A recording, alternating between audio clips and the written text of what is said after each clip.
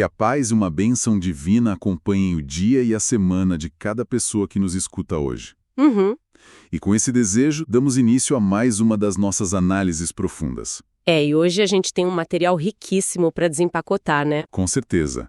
Nós vamos olhar bem de perto para o capítulo 13 da Carta aos Hebreus. Exato. E, para essa nossa imersão de hoje, estamos usando as notas textuais da Bíblia de Estudo Nova Almeida Atualizada. Que são excelentes, por sinal. Muito boas. E cruzando isso, claro, com um comentário bíblico do J. Dwight Pentecost.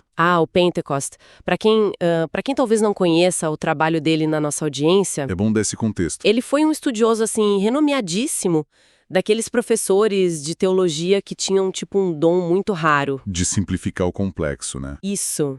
Ele pegava detalhes históricos super obscuros, sabe? E transformava em aplicações incrivelmente práticas para nossa vida diária. Ele realmente consegue conectar o mundo antigo ao nosso de uma forma muito, muito fluida. Totalmente. E, para dar um pouco de chão para nossa audiência hoje, a gente precisa entender o cenário dessa carta. É vital. Nós estamos falando de um texto do primeiro século, direcionado a uma comunidade cristã que estava No limite. literalmente no limite das forças. Era um grupo enfrentando perseguição severa, boicote econômico, uma pressão social gigantesca. E o cansaço bate, né? Bate forte. Muitas dessas pessoas estavam cansadas, com medo e, considerando seriamente jogar a toalha. Abandonar a fé de vez. Exatamente. E o nosso foco hoje é extrair algumas pepitas de sabedoria sobre como o autor desse texto pegou conceitos doutrinários muito, muito altos, E traduziu tudo isso num manual prático. um verdadeiro manual de sobrevivência, de ética e até de saúde mental para essa comunidade. Sabe o que eu acho que é a grande sacada de olhar para um texto tão antigo assim? O quê? É perceber que as pressões do nosso mundo moderno não são tão inéditas. Sem dúvida. Assuntos como ansiedade financeira, crises de liderança, o próprio desafio de viver em comunidade. Tudo isso continua batendo na nossa porta todos os dias. Exato. E o texto começa focando no que a gente poderia chamar de a fé no mundo real. Os deveres sociais e morais daquelas pessoas. Isso. Logo ali nos versículos 1 e 2, tem um chamado muito forte para a constância do amor fraterno. Uhum. E as nossas fontes indicam que havia uma quebra de paradigma rolando aqui. Uma quebra gigantesca, né? Sim. Se a gente olhar para a tradição do Antigo Testamento, o amor e o cuidado que um judeu devia demonstrar eram primariamente nacionais. Restritos ali à própria etnia. Ou ao grupo religioso, exato. Mas o texto de Hebreus apresenta uma reconfiguração radical disso. Esse amor fraternal exigido agora passa a ser universal. Exato, é um senso de fraternidade baseado na relação com o divino, e não mais na certidão de nascimento. Ou na árvore genealógica. Perfeito. E a primeira evidência prática que o autor pede para esse amor é justamente a hospitalidade contínua. Olha só. Sobre essa questão da hospitalidade, tem uma frase no texto que sempre mexe com a imaginação de quem lê. Eu sei exatamente de qual frase você está falando. É aquela onde o autor diz que algumas pessoas, ao praticarem hospitalidade, abre aspas, sem o saber, acolheram anjos. Clássica. Quando a gente lê isso, a mente já vai direto para aquelas figuras de asas brancas batendo na porta de casa à noite, né? É automático. Como que a gente deve interpretar isso dentro daquele contexto histórico? Então, o material de estudo aponta que o autor da carta estava fazendo uma alusão bem direta à história de Abraão. Lá no livro de Gênesis. Isso. Quando ele hospeda 3 viajantes desconhecidos que, no fim das contas, eram mensageiros divinos. Mas a aplicação prática disso para o primeiro século. E para nós hoje também é simplesmente brilhante. O autor não está sugerindo que os leitores devessem ficar obcecados. Esperando seres celestiais? Materializando na sala de jantar deles. A mensagem real é sobre o potencial de cada encontro humano. Nossa, isso é forte. Aquela pessoa comum que bate a porta, ou aquele hóspede cansado, pode acabar sendo um enviado invisível de Deus. Para trazer uma palavra de encorajamento. Ou uma direção, uma renovação de forças que a comunidade nem sabia que precisava naquele momento de crise. Cara, isso muda bastante a perspectiva, transformando um ato rotineiro de receber alguém em algo carregado de propósito. Com certeza. E o texto não para por aí nas exigências de empatia. Não mesmo? Ele pede que a comunidade se lembre dos presos como se estivessem na cadeia junto com eles. Uhum. E dos que sofrem maus tratos como se sentissem a dor na própria pele. E aqui vale lembrar como funcionava o sistema prisional romano na época. Que não era nada parecido com hoje. Nem um pouco. Não eram penitenciárias modernas que fornecem refeições e assistência médica básica. Longe disso. As prisões romanas eram buracos escuros, úmidos, terríveis. Se um prisioneiro não tivesse amigos do lado de fora... Ou familiares dispostos a enfrentar o estigma social? Isso, para levar comida e roupas, ele simplesmente morria de fome ou de frio lá dentro. Então, quando o autor pede para lembrarem dos presos como se estivessem com eles... Ele está pedindo uma ação logística e altamente perigosa. Exigia sair do conforto, arriscar a própria reputação... E dividir recursos com quem não tinha absolutamente como retribuir. E no meio de todas essas exigências de sobrevivência e de empatia, tem uma pausa que me chamou a atenção. Sobre o casamento. Isso. O texto faz uma defesa da honra do casamento. Tem um pedido claro para que o leito conjugal seja mantido puro. Uhum. Eu fico me perguntando, qual o motivo de dar tanto destaque para a instituição do matrimônio numa época em que eles estavam, literalmente lutando para não morrer? Ou para não perder as casas, né? Mas faz todo o sentido quando a gente olha para a psicologia de uma comunidade sob cerco. Como assim? Com a perseguição correndo solta e o confisco de propriedades virando rotina, muitos poderiam pensar que casar é irresponsabilidade. Que traria mais dor e reféns para o Império Romano. Exatamente. Havia uma tendência de achar que o celibato era uma rota mais segura ou até espiritualmente superior. E do outro lado? Na outra ponta do espectro, a sociedade greco-romana ao redor tratava o casamento de forma super leviana. A imoralidade corria solta. Era uma rota de escape comum para o estresse diário. Então o autor entra nesse caos para colocar um pino de sanidade. Reafirmando que o casamento é uma estrutura divina, digna e sagrada. E que a lealdade dentro de casa não deve ser descartada só porque o mundo lá fora está desmoronando. E por falar em desmoronar, essa instabilidade do mundo lá fora esbarra direto no próximo conselho da carta. Dinheiro. Dinheiro. Os versículos 5 e 6 abordam a avareza. O texto orienta a viver sem avareza e apresenta o contentamento como solução. Uhum. Mas a justificativa para não ser ganancioso não é uma aula de educação financeira. É uma promessa espiritual. Exato. A promessa, abre aspas, de maneira alguma deixarei você, nunca jamais o abandonarei. Isso. E como essas duas coisas se conectam na prática, né? Pois é, como? Imagina uma família que acabou de ter seus bens confiscados publicamente porque decidiu seguir a fé cristã. O pânico é imediato. A tentação natural é o desespero financeiro, o apego obsessivo ao pouco que sobrou. Ou a amargura cobiçando o que os vizinhos ainda têm. A avareza, nesse cenário, ela nasce do trauma. Nossa, faz muito sentido. A resposta do texto é ir direto na raiz dessa insegurança. E a análise linguística que nossas fontes trazem para essa promessa é muito reveladora. Sobre a palavra usada para abandono. Isso. A palavra grega usada pelo autor traz consigo um pano de fundo militar e atlético. Comunica a ideia de não desertar, não é isso? De não desertar um companheiro de fileira. Então a imagem é de um soldado que se recusa a abandonar o colega ferido na trincheira. A imagem é exatamente essa. Caramba. É uma garantia de que mesmo que o Estado romano tire o dinheiro e o status social deles, a presença divina permanece ombro a ombro. No fronte de batalha. Isso. O contentamento verdadeiro não vem de ignorar a conta bancária vazia, mas de transferir o peso da segurança, Tirar da riqueza material, que é volátil. e colocar nessa companhia inabalável. É fascinante como a segurança material dele estava desmoronando e essa promessa oferece em chão super firme. Totalmente. E essa busca por algo sólido nos leva naturalmente para os desafios de liderança e estabilidade teológica que a carta aborda logo em seguida. Que era o outro grande problema deles. O autor orienta a comunidade a observar a vida dos líderes do passado e imitar a fé deles.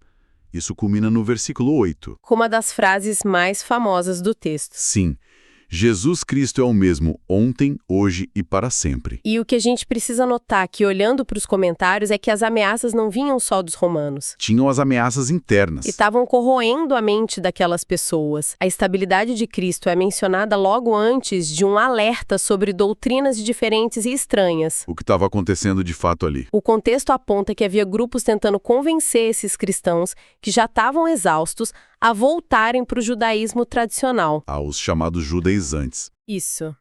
Esses grupos ensinavam que a segurança espiritual dependia de manter leis de pureza alimentar. E de continuar oferecendo sacrifícios de animais no Templo de Jerusalém. Exatamente. Espera um pouco, antes da gente avançar nisso. Nossas notas de estudo mencionam muito esse termo falsos mestres judaizantes. Sim, aparece o tempo todo. Para quem não tem familiaridade com o jargão teológico, o que é o judaizante nesse contexto específico do primeiro século? Um judaizante era, essencialmente, um cristão de origem judaica que acreditava e ensinava que para alguém ser aceito por Deus... Não bastava só seguir a Cristo. Não. A pessoa precisava também aderir a todas as práticas cerimoniais da lei de Moisés. Eles queriam misturar a nova fé com o antigo sistema do templo. Perfeito. Então, quando a carta afirma que Cristo é o mesmo, é um argumento teológico bem direto. Significa que a salvação que os libertou no passado não sofreu atualização de software. Adorei a analogia. Não é preciso instalar um pacote de rituais antigos para garantir o favor divino no presente. E para combater essa vontade de voltar aos rituais antigos, as nossas fontes destacam o argumento do autor, que é de cair o queixo. É o meu ponto favorito desse material. Tem a ver com a geografia de Jerusalém e o sistema de sacrifícios.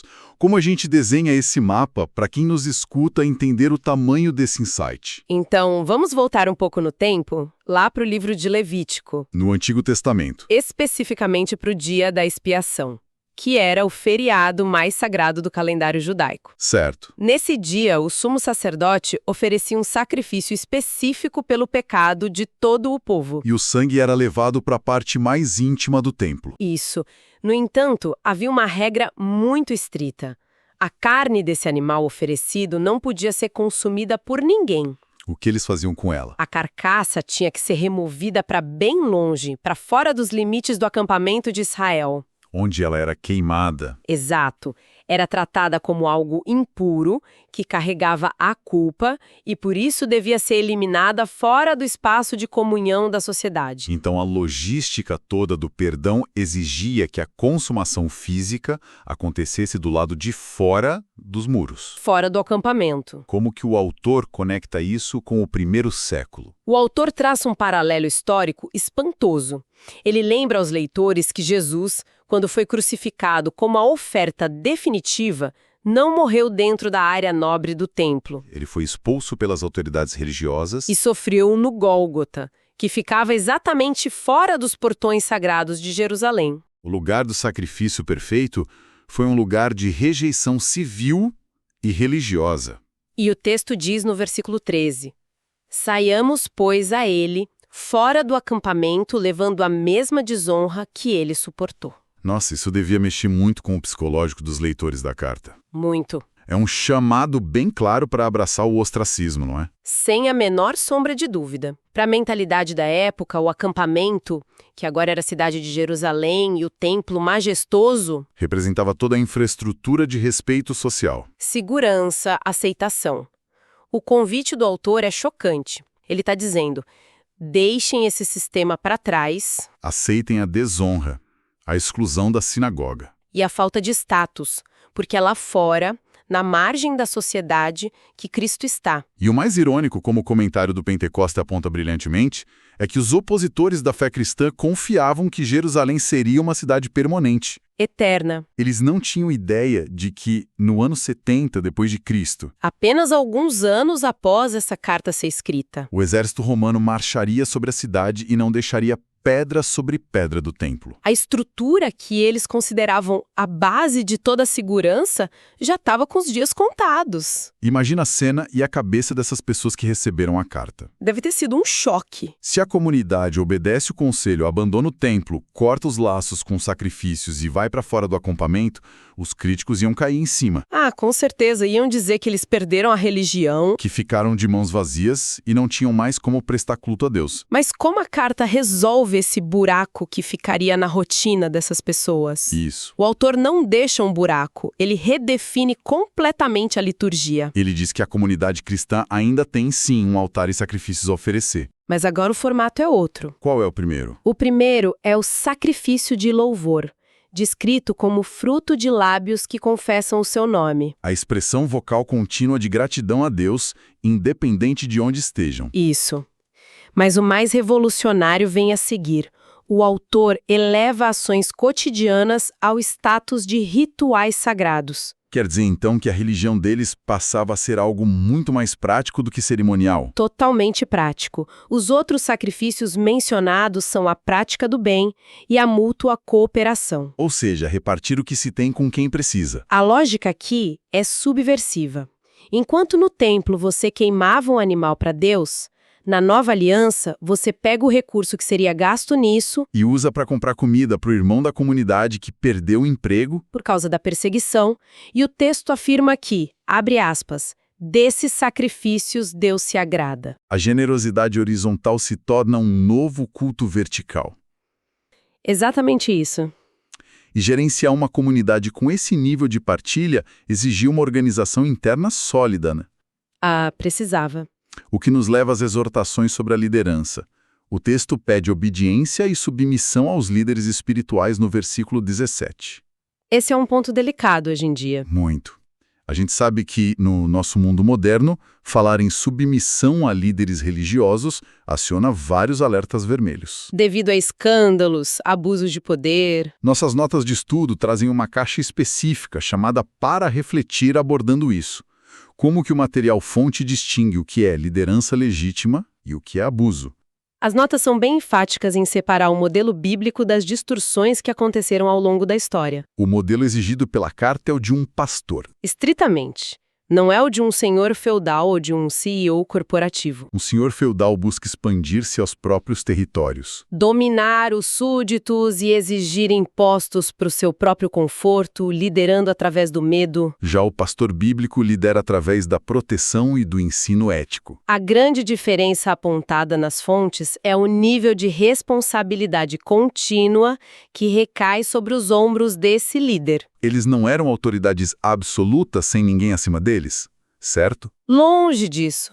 O texto deixa claríssimo que esses líderes cuidam das pessoas sabendo que terão que prestar contas rigorosas a Deus. Eles são apenas administradores de um rebanho que não pertence a eles. Portanto, o pedido de submissão da comunidade não tem o objetivo de inflar o ego de um ditador eclesiástico, A ideia é criar um ambiente de respeito e confiança mútua. onde os líderes consigam alertar sobre falsas doutrinas e cuidar dos vulneráveis com alegria. E não gemindo sob o peso da rebeldia e do caos interno.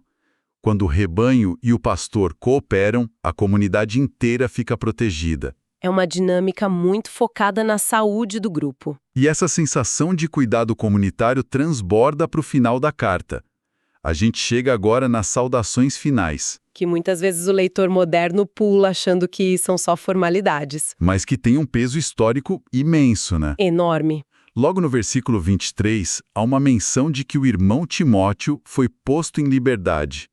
Por que o autor faz questão de colocar esse boletim de ocorrência no final do texto? Timóteo era uma figura de liderança extremamente conhecida e amada por aquelas comunidades. Saber que ele tinha sido preso provavelmente gerou uma onda de Com desânimo. certeza. Então a menção da soltura dele é uma injeção de adrenalina na moral daquelas pessoas. É uma prova concreta de que o Império Romano não tinha palavra final. Que a perseverança valia a pena.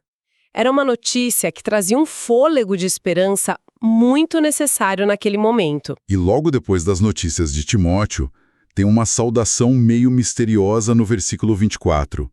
Os da Itália mandam saudações. Esse detalhe é fascinante. Se os destinatários da carta provavelmente não estavam na Itália, quem era esse grupo italiano e por que o abraço deles importava tanto? Esse é o detalhe que dá o tom emocional do encerramento. O comentário histórico nos mostra que a expressão "os da Itália" muito provavelmente se referia a cristãos refugiados. Especificamente judeus que haviam sido expulsos da cidade de Roma Por um decreto bem severo do imperador Cláudio. O livro de Atos menciona figuras como Áquila e Priscila, que tiveram que fazer as malas do dia para a noite. abandonar os negócios em Roma e fugir para outras partes do império só para sobreviver. Casa por causa da fé. Exato. O autor usa a saudação desses refugiados italianos como um argumento vivo. Era uma maneira de mostrar aos leitores que eles não estavam sofrendo sozinhos no mundo. Olhem para esses italianos. Eles perderam suas casas na capital do império, foram exilados e ainda assim não negaram a Cristo. Se eles continuam firmes, vocês também podem aguentar. Era um encorajamento super palpável, fundamentado na resiliência de carne e osso de outros cristãos. Uma rede de solidariedade incrível. E assim a carta caminha para o encerramento com uma oração. As notas mencionam que o texto termina com uma doxologia. Só para nivelar o conhecimento para nossa audiência, o que exatamente é uma doxologia? Uma doxologia é essencialmente uma fórmula curta de louvor a Deus que era muito comum no encerramento de cartas antigas ou de hinos. É como um selo de adoração que resume as virtudes divinas antes de dizer o amém final. Bem isso. Entendi. E a doxologia dessa carta invoca especificamente o Deus da paz. Nossas fontes destacam muito a escolha dessa palavra. Demais. Porque, se a gente pensar bem, para um grupo que está sendo oprimido, roubado e preso, o instinto seria clamar por um Deus dos exércitos celestiais. Ou um Deus de vingança que descesse fogo nos romanos. Exato, porque invocar a paz. Porque o autor compreende a psicologia da dor profunda. Quando uma comunidade está sendo esmagada por forças externas, irresistíveis, a ameaça de morte física é real. Mas o colapso interno é iminente. Exato. O ressentimento, o pânico e o desejo de revidar podem corroer o tecido do grupo muito mais rápido do que a perseguição romana. O que eles mais precisavam para sobreviver não era de uma rebelião política que os aniquilaria de vez. Eles precisavam de um suprimento sobrenatural de paz interna. É esse Deus da paz, atuando como grande pastor, que os equipa para continuar fazendo bem no meio da tempestade. A paz nesse contexto não é a ausência de guerra. É a sanidade espiritual que impede que a alma seja destruída enquanto o corpo apanha. Perfeito. É de uma profundidade impressionante. Que percurso nós fizemos aqui hoje, olhando para essas fontes? Foi incrível. Recapitulando para as pessoas que estão acompanhando a gente, vimos como a carta eleva a hospitalidade e a empatia ativa. Como cuidar de prisioneiros, né? E isso, ao topo da lista de prioridades. Entendemos a logística genial por trás da morte de Cristo fora dos portões. E como isso chamava a comunidade a ter coragem de abandonar falsas estruturas de segurança. E aceitar a marginalização social. Vimos que a adoração não precisa de templos de pedra. Mas de lábios gratos e mãos dispostas a dividir o pão. E, acima de tudo, a garantia de um Deus que é o nosso companheiro de trincheira. Que promete nunca nos desertar. E que nos supre com a paz necessária para atravessar o caos. E para amarrar tudo que nossas fontes nos apresentaram hoje, eu deixo uma provocação final. Diga. O texto de Hebreus exorta aquelas pessoas a suportarem o momento presente com a mentalidade de que estão buscando uma, abre aspas, cidade permanente que há de vir. Eles precisavam ver a Jerusalém atual e até a Roma imperial como arranjos temporários. E trazendo isso para a nossa realidade, nós gastamos quantidades absurdas de tempo, energia e estresse tentando proteger nossas estruturas de segurança. Nossa posição na empresa, nosso estado social, a casa que moramos. Nossa reputação. Tratamos tudo isso como se fossem alicerces eternos. E são passageiros? Mas se começarmos a enxergar as nossas estruturas de poder, finanças e segurança como sendo fundamentalmente passageiras, como isso mudaria radicalmente o nível da nossa ansiedade na segunda-feira de manhã? É uma excelente reflexão para levar para a semana. E assim, terminamos. Que Deus abençoe todos os ouvintes.